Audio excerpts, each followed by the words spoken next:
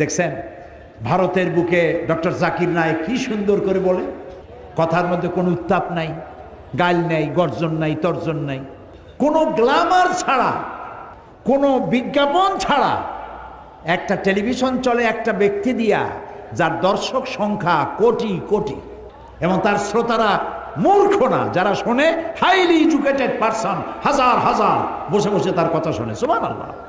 তার কথা মনে উঠলেই আমার দোয়া আসে শুধু। আমার কাছে মনে হয় মুসলিম মিল্লাতের জন্য আল্লাহর এক নিয়ামত।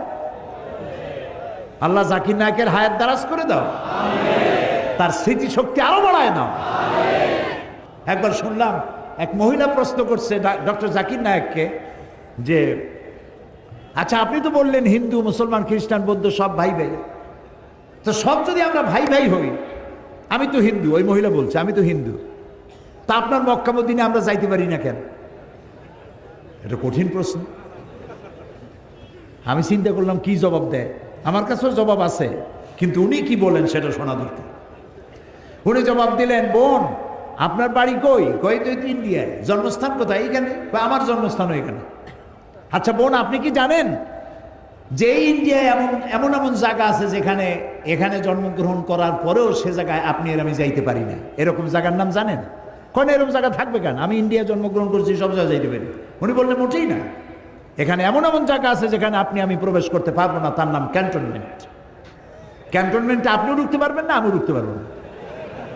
ক্যান্টনমেন্টে ঢুকবে যারা নিরাপত্তার দায়িত্বে, দেশ রক্ষার দায়িত্বে যারা আছে, যে কোনো মুহূর্তে ডাক দিয়ে পড়ে জান দেওয়ার জন্য, রক্ত দেওয়ার জন্য, জীবন দেওয়ার জন্য ঝাঁপায় পড়বে, সেসব সেনাবাহিনীর জন্যই ক্যান্টনমেন্ট তৈরি করা হয়।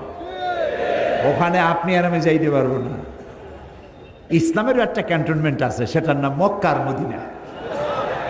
ওইখানে ওই সব লোকেরাই যেতে পারে যারা আল্লাহর জন্য জান দিতে পারে, মাল দিতে পারে, রক্ত দিতে পারে। প্রিয় বোন, আপনিও যেতে পারবেন। আপনার পাসপোর্টে একটা ভিসা লাগান, ভিসার নাম লা ইলাহা ইল্লাল্লাহু মুহাম্মাদুর রাসূলুল্লাহ। কালকেই আপনি মক্কা মদিনা চলে যান। কি সুন্দর জবাব! আমার খালি দোয়াই আসলো যে আল্লাহ তাআলা কি ব্রেন তুমি তাকে দিয়েছো। সুবহানাল্লাহ। তো মানুষকে আপনি বুঝাবেন